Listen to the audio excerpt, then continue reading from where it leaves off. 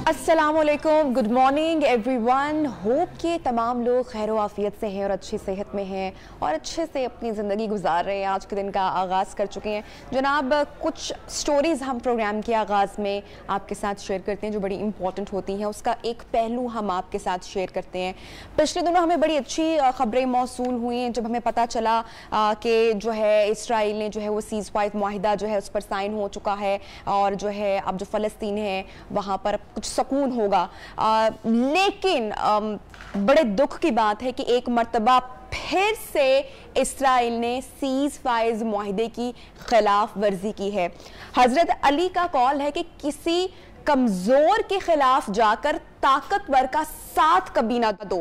और मेरे ख्याल से कि जो अभी सिचुएशन है फ़लस्तीन में, सारी दुनिया खामोश बैठी हुई है। मैं कुछ नहीं कर सकती इसके अंदर। हम एक आम से लोग हैं, हमारा कोई इतना असर और रसूख नहीं है, लेकिन फिर भी हम अपनी जगह पर बैठे जितनी हो सके उतनी आवाज़ बुलंद कर लेते हैं। सिर्फ एक ये पैगाम दे देते हैं कि हाँ फ़लस्तीन हम आपके साथ हैं। लेकिन जब पूरी मुस्लिम उम्मा खामोश बैठी रहती है तो वो घड़ी बड़ी दुख की होती है। और जब कोई गैर मुस्लिम उठकर भी फ़लस्तीन के जो लोग हैं, जो मुसलमान हैं, उन पर जो जुल्मों सितम हो रहा है उनके लिए आवाज़ बुलंद करता है। एक मरतबा फिर से गज़ा पर और खान यूनिस पर बम गिराए गए, ताहम किसी जानी नुकसान की अभी तक इतला नहीं है। इसी पूरी सूरत हाल पर बात करेंगे। हमारे साथ मौजूद हैं सीनियर जर्नलिस्ट सहाफ़ी हामिद अल मशरकी साहब। अस्सलाम वालेकुम, गुड मॉर्निंग हामिद साहब। दो कि it's not a good morning, एक मरतबा फिर से जो है वो इसराइल ने गजा पर फिजाई बमबारी की है। जी बहुत शुक्रिया नबीहा, बिल्कुल ऐसे ही है। और सबसे अहम बात यह है कि आपको पता है कि सिर्फ 2 दिन हुए हैं नया वजीर आज़म आया है इसराइल में, और उसका जो है वो जिसको आप कहते हैं कि अभी 12 साल का जो नेतन्याहू का दौर खत्म हुआ है वो भी बड़ा तारीख दौर था। और उसके साथ साथ ये जो नए वजीर आज़म हैं इनके बारे में भी इसी तरह का है सारा कुछ कि ये बड़े जिसको आप कहते हैं शिद्दत पसंद हैं और इंतहाई एंटी पैलेस्टाइन हैं। और उसका उन्होंने सबूत आते ही दे दिया। गजा पर बमबारी, खान यूनिस पर बमबारी, और उसके साथ साथ उनका जो पॉलिटिकल स्टैंड है वो इंतहाई शिद्दत पसंदाना है। यानी कि वो नेतन्याहू से भी 2 हाथ आगे हैं, अपने बयानात के हवाले से जाने जाते हैं। तो मैं ये समझता हूँ कि मुसलमानों को इकट्ठे होना पड़ेगा। और आपने जो प्रोग्राम के शुरू में कहा कि आपके कहने से या प्रोग्राम से इतना फर्क नहीं पड़ता, नहीं, ऐसी बात नहीं है। हर आदमी को आप अपना हिस्सा डाल रही हैं, अल्लाह ताला आपको उसकी जजा देगा। हर आदमी अपना हिस्सा डाल रहा है और इसी तरह जो आवाज है वो पूरी दुनिया तक पहुंचनी चाहिए। और फलस्तीनी जो हैं वो अपना लड़ाई अपने खून के साथ लड़ रहे हैं, अपना खून और जानें देकर लड़ रहे हैं।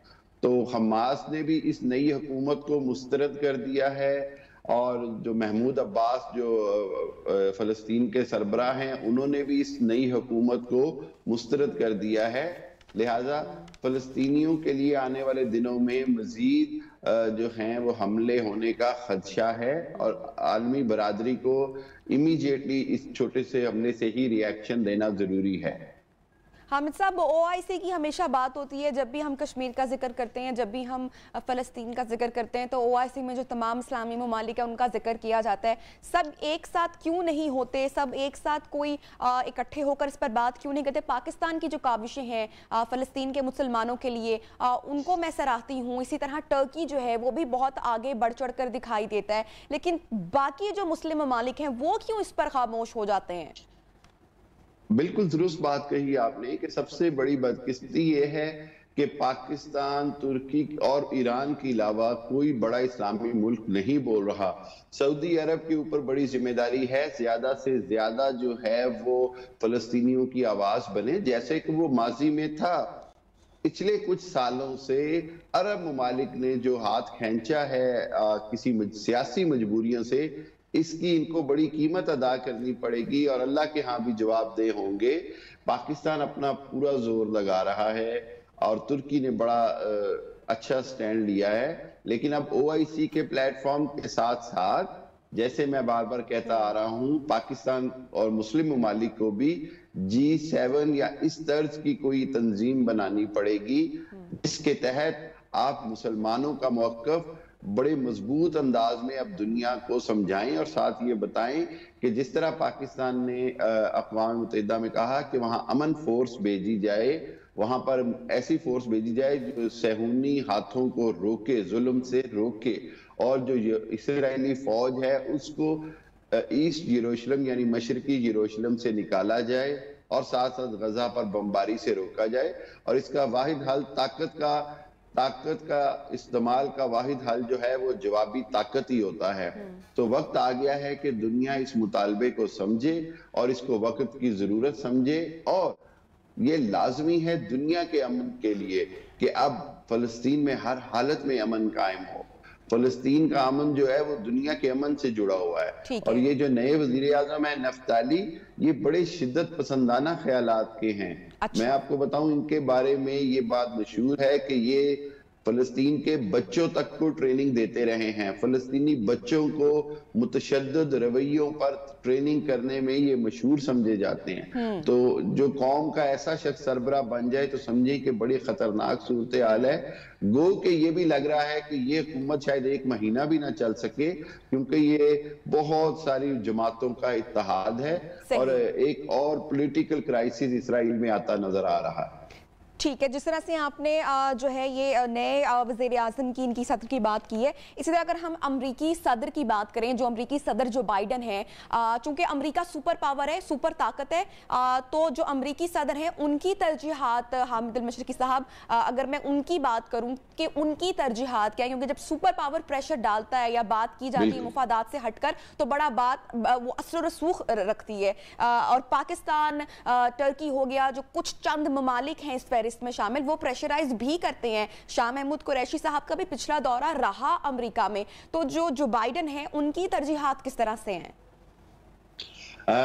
नबीहा, बात यह है कि जो बाइडन ने पिछले दिनों बड़ा खुल के एक लफ्ज बोला कि yes I am a Zionist as well, means कि वो भी अपने आप को ईसाई होने के बावजूद सहूनी समझते हैं, यानी अपने आप को दज्जाल का पैरोकार समझते हैं। इस सारी सूरत हाल में आप उनसे, जो बाइडन से क्या खैर और की तवक्को रख सकते हैं? वो भी हर हालत में उसी पॉलिसी का हिस्सा रहेंगे जिस पॉलिसी के तहत अमेरिका पिछले कई सालों से इसराइल की नाजायज हमायत कर रहा है। 40 से ज्यादा करारदादों को अमेरिका ने वीटो किया है, इसराइल के खिलाफ आने वाली करारदादों को। अभी जब ताजा पिछले 12 दिनों के जो हमले गजा पर, उसके अंदर 4 बार सलामती कौंसिल ने कोशिश की कि एक मुत्तफिका करारदाद इसराइल के खिलाफ मंजूर हो। चारों मरतबा अमेरिका ने उसको वीटो किया। अमेरिका की तरफ से खैर की तवक्को नहीं है, मां सिवाय इसके कि इस पर प्रेशर डाला जाए। ये जो बड़ी ताकतें हैं ये सिर्फ ताकत की जुबान समझती हैं। अगर आज अमेरिका अफगानिस्तान से निकल रहा है तो उसकी वजह यह कि उसको अपनी शिकस्त नजर आई है। तो ताकत की जुबान समझने वाले मुमालिक के लिए मुसलमान मुमालिक का इकट्ठे होकर ताकत की जुबान में जवाब देना जरूरी है, वरना हमारी दास्तान तक ना होगी दास्तानों में। हमें आज पूरी दुनिया को बताना है कि हम हर हालत में किबला अव्वल के दिफा के लिए तैयार हैं और हम हर कीमत चुकाने को तैयार हैं। Thank you so much Hamid साहब, आपने टाइम निकाला और गुफ्तगू सामने रखी पूरे इस सूरत हाल पे। यहाँ पर इस न्यूज़ को वाइंड अप करने से पहले ज़्यादा कुछ नहीं कहूँगी, लेकिन यही कहूँगी कि जो जालिम है उसके लिए जो इंसाफ का दिन है वो उस दिन से भारी होगा जो मजलूम पर जुल्म किया गया था। तो ये एक मैसेज भी है, ये एक पैगाम भी है पूरी दुनिया को कि आखिरकार इंसाफ तो होगा ही ना। तो उसी का इंतज़ार है मजलूमों को, फ़लस्तीन के मुसलमानों को। जनाब आगे बढ़ेंगे और एक और न्यूज़ आपके साथ शेयर करेंगे जहाँ पर कुछ सैड न्यूज़ आ रही होती हैं, दुनिया में जुल्म सितम हो रहा होता है, वहाँ पर कुछ दूसरी तरफ कुछ अच्छे काम भी हो रहे होते हैं।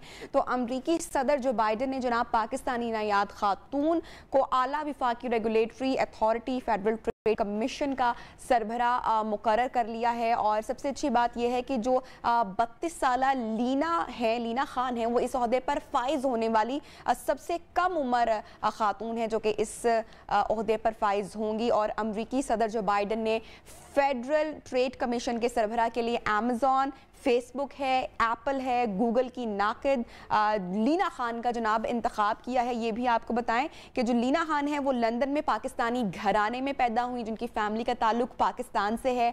और जब वो 11 साल की हुई तो उनके पेरेंट्स ने, इनके वालिदैन इनको लेकर अमरीका शिफ्ट हो गए, जहाँ पर इन्होंने जो है अपनी जो इनकी बेसिक स्टडीज़ हैं या जो बेसिक एजुकेशन है वो भी इन्होंने अमेरिका से ही ली है। ये भी आपको बताएं कि लीना खान कोलंबिया यूनिवर्सिटी के लॉ स्कूल में प्रोफेसर रही हैं, ताहम जो उन्हें शोहरत है टेक्नोलॉजी की दुनिया के बेताज बादशाह अमेज़न के ख़िलाफ़ जो मकाले हैं अमेज़न एंटी ट्रस्ट पैराडॉक्स से ही मिली। और अब जो इतलात आ रही हैं, ख़बरें आ रही हैं, वो हमने आपके साथ जनाब शेयर की हैं कि 32 साला लीना खान इस ओहदे पर फाइज होने वाली सबसे कम उम्र खातून है। So it's a good news. और जनाब आगे बढ़ेंगे और अब जो अगली खबर है वो आपके साथ शेयर करेंगे। अपने जो हमारे लेजेंड्स हैं उनको जो जिंदा रखने की रिवायत है उसको बरकरार हमें रखना है। और इसी तरह हमारे पास हमारे जो एक लेजेंड आपको पता है कि जो उनकी खिदमात हैं, मैं बात कर रही हूँ अब्दुल सत्तार ईधी साहब की। उनकी जो खिदमात इंसानियत के लिए उन्होंने की हैं, मैं नहीं समझती कि कोई और ईधी भी अगले कई हज़ार सालों में पैदा हो सकता है और इस तरह का काम कर सकता है कि जिसने अपने लिए सारी ज़िंदगी कुछ नहीं किया लेकिन अपनी आखिरत के लिए अपनी आखिरत संवार गए, लोगों को एक नई ज़िंदगी दे गए। और ऐसे लोगों को ज़िंदा रखना, हमारे ऐसे लेजेंड्स को ज़िंदा रखना, मैं समझती हूँ कि हमारी आज की जनरेशन पर फ़र्ज़ है, हम तमाम लोगों पर फ़र्ज़ है। हम उन्हें हर दम खराज तहसीन पेश करते हैं, हम उन्हें हर दम सलाम पेश करते हैं, खराज अक़ीदत पेश करते हैं। इस वक्त आप देख रहे होंगे कि मैं ज़िक्र कर रही हूँ, जो तस्वीर भी आप देख सकते हैं मेरे साथ, ये जनाब कोयटा की तस्वीर है जहां पर अब्दुल सत्तार ईधी साहब का कद आवर मुजस्समा जो है वो नस्ब किया गया है। कोयटा के वस्ती शहर में जनाब ये मारूफ समाजी रहनुमा, इंसानियत गुजार शख्सियत अब्दुल सत्तार ईधी का ये मुजस्समा नस्ब किया गया है। और जैसा कि मैंने बोला कि हम उनको खराज तहसीन पेश करते हैं और उनकी काविशों को याद करते हैं और उनको ट्रिब्यूट पेश करते हैं। और उन्हीं की याद में कोयटा के वस्ती इलाके में ये मुजस्समा भी नस्ब किया गया है। जनाब इसी के साथ हम चलेंगे प्रोग्राम को ब्रेक की जानिब बढ़ेंगे और जब ब्रेक से वापस आएंगे तो हम हमारे एक और पाकिस्तान का बहुत बड़ा नाम, एक लेजेंड शख्सियत जो हम में नहीं रहे, उनको ट्रिब्यूट पेश करेंगे प्रोग्राम में आगे चलकर। ब्रेक से जब वापस आएंगे तो मैं आपको बताऊंगी कि मैं किसका जिक्र कर रही हूँ, साथ रहिएगा। आवाज डबल हो रही है। जी बिल्कुल बिल्कुल बिल्कुल आ रही है। दूसरा ये कि जो मुझे खुशी ये हुई कि आपकी जो नस्ल है, जो नई नस्ल है, वो जिस तरह से खराज अक़ीदत और खराज तहसीन पेश कर रही है एक ऐसी शख्सियत को कि जिनका नाम तारिक अजीज़ नहीं था, जिनका नाम तारीख अजीज़ था। बिल्कुल सुन रही हूँ मैं आपको। अजीज़ था, जिनका नाम तौक़ीर अजीज़ था, जिनका नाम यूँ समझ लें कि जितने भी खुशियाँ, उमंगें, आरज़ुएँ, उम्मीदें, ख्वाहिशें जहाँ से शुरू होकर जहाँ से ख़त्म होती हैं वहाँ से तारिक अजीज़ का नाम शुरू होता है। तो मैं अगर मुझे सिर्फ ये मेरे टॉक बैक आ रहा है वापस तो मैं आपसे बात सीधी तरह कर सकूँ। इसमें नबिया जो आपको मुझे खराज अक़ीदत पेश करना है वो ये कि आपने जिस अंदाज से उनका तारुफ़ कराया, उनकी शख्सियत का, और जो आपके अल्फाज थे वो दिल से निकल रहे थे और अपने दिल से आपने तर्जुमानी करते हुए तारिक अजीज़ साहब का जिक्र किया। लेकिन मैं एक छोटी सी अर्ज़ ये करूँगा जो मुझे तकलीफ़ पहुँचाती है और यकीनन आपको भी पहुँचाती होगी और सबको पहुँचाती होगी। आप बहुत प्यार से कह रही थी और अल्लाह आपका ये प्यार उनके साथ सलामत रखे, और आप बहुत दिल की गहराइयों से उनको खराज अक़ीदत पेश करते हुए मग़मूम भी थी जज्बात में और ख़ुशी में भी थी, क्योंकि पाकिस्तान का एक नाम था बहुत बड़ा। लेकिन ये क्या होता है नबिया कि जब कोई आदमी मर जाता है जी, जब वो इस दुनिया से चला जाता है जी, जब वो इस दुनिया में नहीं रहता, तो फिर हम उसके लिए ज़मीन आसमान के क़ुलाबे मिलाते हैं, اور جب وہ حیات تھا تو ہم نے اس پر پارلیمنٹ پر حملہ کرنے کا الزام لگایا, ہم نے اسے تاحیات نااہل قرار دے دیا, ہم نے اس کی کنٹروورسی کی اس فکر کو اور اس شکل کو دیکھا کہ جو وہ ایک پارٹی میں رہتے ہوئے مجبور تھا, پاکستان مسلم لیگ نون کا حصہ ہوتے ہوئے وہ مجبور تھا کہ سپریم کورٹ پر وہ سب لوگ حملہ کرنے گئے تھے, وہ بھی چلے گئے تھے حملہ کرنے, مگر وہ نہیں گئے تھے. اس وقت تک اس وقت سے لے کر آج تک طارق عزیز صاحب کو الیکشن نہیں لڑنے دیا گیا, ان کو نااہل قرار دیا گیا. اور اس کے بعد ان کی بیگم, میری پیاری, میری بڑی بہن محترمہ ہاجرہ طارق عزیز صاحبہ, وہ ہمارے ساتھ 2002 میں قومی اسمبلی کی رکن رہیں. طارق عزیز صاحب کی کوئی اولاد نہیں تھی, انہوں نے کتے پالے ہوئے تھے, وہ جانوروں سے محبت کرتے تھے, وہ بہت پیارے انسان تھے.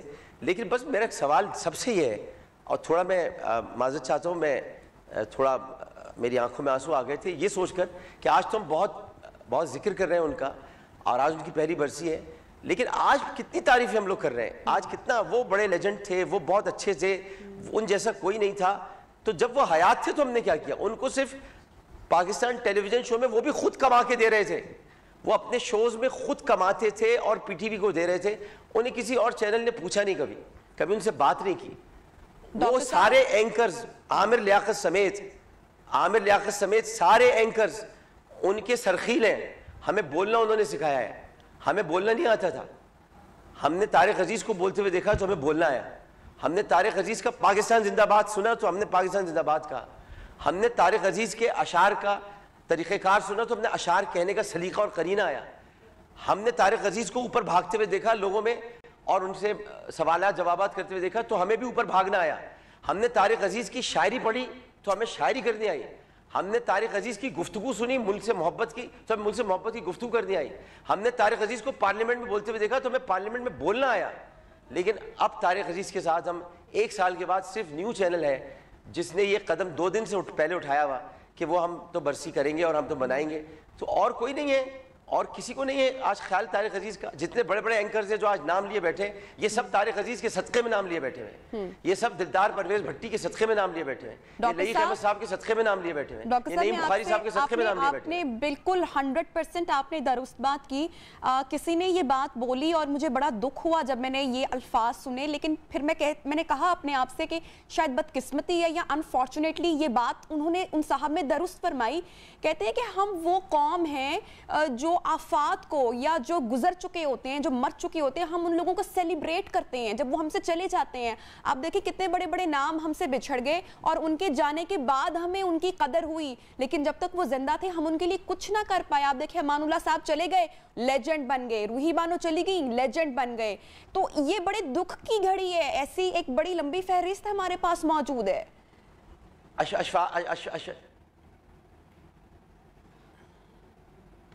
معمولی لوگ تھے.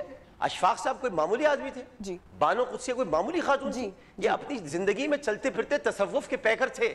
ان کے بارے میں علامہ اقبال نے بہت پہلے کہہ دیا تھا کہ وہ جوہے کو اس طرح اچکتی ہوئی, اٹکتی لچکتی سرکتی ہوئی, اچھلتی پسلتی سنبھلتی ہوئی, بڑے پیچ کھا کر نکلتی ہوئی, رکے جب تو دل چیر دیتی ہے یہ, پہاڑوں کے سل چیر دیتی ہے یہ, ذرا دیکھ کے ساقی لالفام سناتی ہے یہ زندگی کا پیام, پلا دے مجھے وہ مے پردہ سوز کہ آتی نہیں فصل گل روز روز, وہ میں جس سے روشن ضمیر حیات, وہ میں جس سے ہے مستی کائنات, وہ میں جس سے ہے سوز ساز ازل, وہ میں جیسے کھلتا ہے راز ازل, اٹھا ساقیا پردہ اس راز سے, لڑا دے ممولے کو شہباز سے. تو یہ وہ لوگ تھے جنہیں ہم نے آج بھلا دیا ہے. دلدار پرویز بھٹی کو کون یاد رکھتا ہے؟ دلدار پرویز بھٹی تو میرا استاد ہے روحانی, اسے کون یاد رکھتا ہے دلدار پرویز بھٹی کو؟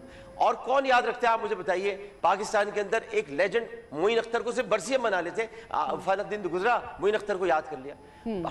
ہم نے یہ وتیرہ بنا لیا ہے نبیہ کہ لوگ ہم سے بچھڑ جاتے ہیں, چلے جاتے ہیں. اس شخص نے جس کا نام طارق عزیز ہے, اس نے میرے آخری شوز جو تھے واسع بھائی کی شو سے پہلے, واسع چودھری صاحب کی شو سے پہلے, یہ میرے پاس آئے اور ہم نے جب شو کیا تو آنکھوں میں آنسو تھے, ان کے موٹے موٹے آنسو تھے, اور وہ آنکھوں میں آنسو لے کے کہنے لگے عامر جب میں پاکستان آیا نا, مجھ سے یہ بات مت کرنا بیٹا کہ کراچی میں اور دیگر علاقوں میں جو ہجرت کر کے آئے ان کے ساتھ زیادتی ہو رہی ہے. میں تمہیں اپنا بتاتا ہوں, میں جب امرتسر سے لاہور پہنچا ہوں تو لاہور پہنچتے میری ریل گاڑی کو کہا, مجھ سے کہا پاکستان تو آگے جی آگے جائیے.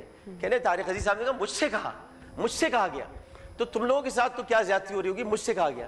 پھر انہوں نے بتایا کہ کہاں کہاں ان کے ساتھ زیادتیاں کی گئی ہیں. وہ دل گرفتہ تھے, وہ رنجیدہ تھے, وہ دل آزردہ تھے, ان کی گفتگو میں بات نہیں ہو رہی تھی ان سے، لیکن میں ان کو لے کر گیا انعام گھر میں، اور انعام گھر میں میں نے انہوں نے 12 کے 12 سوالات کے صحیح جوابات دیے۔ بالکل ہم نے وہ دیکھا، آپ کا شو بھی دیکھا، آپ کی ہم نے ان سے ملاقات بھی دیکھی، محبت بھی دیکھی۔ ڈاکٹر صاحب ایک چھوٹی سی بریک پر آپ کو پتہ ہے کہ جانا ضروری ہوتا ہے جب شو چل رہا ہوتا ہے، لیکن آپ سے ہم گفتگو کو آگے بڑھائیں گے چھوٹی سی بریک کے بعد، وقفے کے بعد واپس آتے ہیں، پھر پروگرام کو آگے بڑھاتے ہیں، ساتھ رہیے گا۔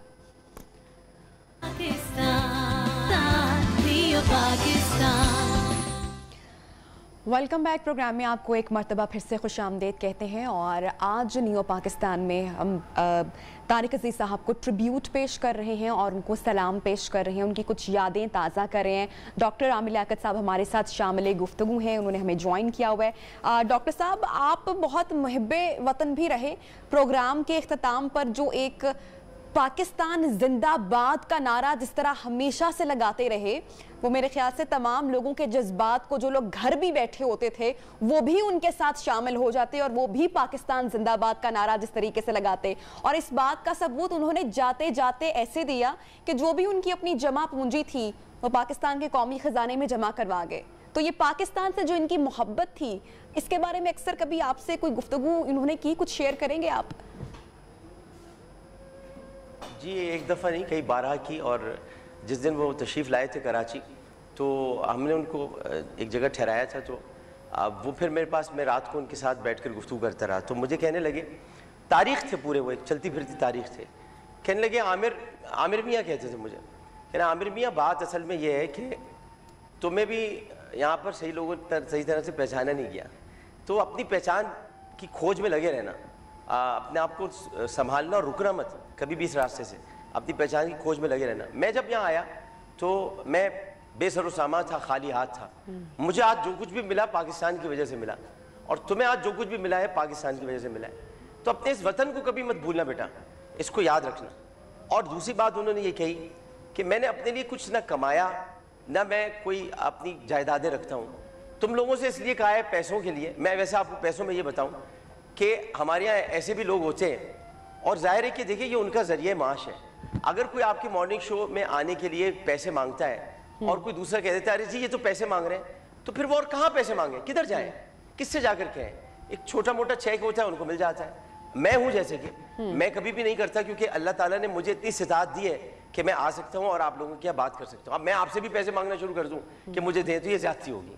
تو طارق عزیز صاحب مجھ سے کہنے لگے کہ بیٹا اب وقت ایسا آیا ہے کہ اب ضرورت پڑ جاتی ہے کبھی کبھی، تو میں نے کہا نہیں آپ پریشان نہ ہوں، اس میں بالکل پریشان ہونے کی ضرورت نہیں ہے۔ پھر کہنے لگے تم جو پاکستان زندہ باد کا نعرہ لگاتے ہو، مجھے ایسا لگتا ہے طارق عزیز نعرہ لگا رہا ہے، تم ایک کام اور کرو تاکہ تم مجھ سے ڈیفرنٹ لگو۔